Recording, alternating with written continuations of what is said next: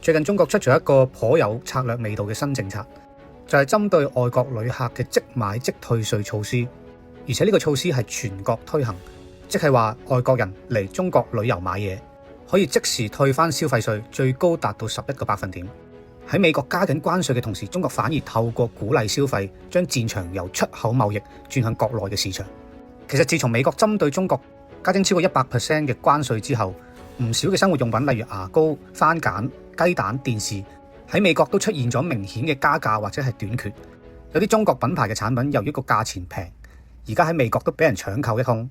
咁中國點樣應對呢？喺政策上選擇咗吸引外國嘅人嚟中國消費，例如一部蘋果 iPhone 嘅電話咁樣，加關稅之後，美國賣價可以高達2300蚊美元，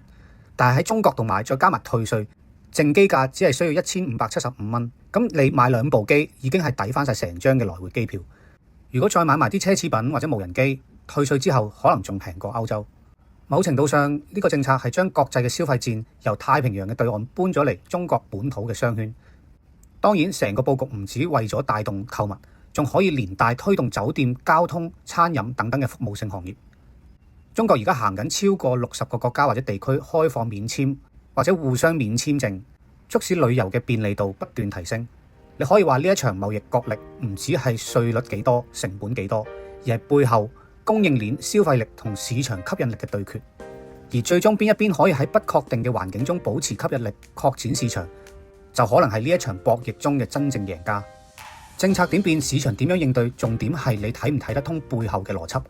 我定期會喺 Patreon 同我嘅群組入邊分享我對全球經濟嘅睇法同埋操作策略，等你唔再盲炒，有根有據咁樣去做部署同操作。歡迎你都一齊加入。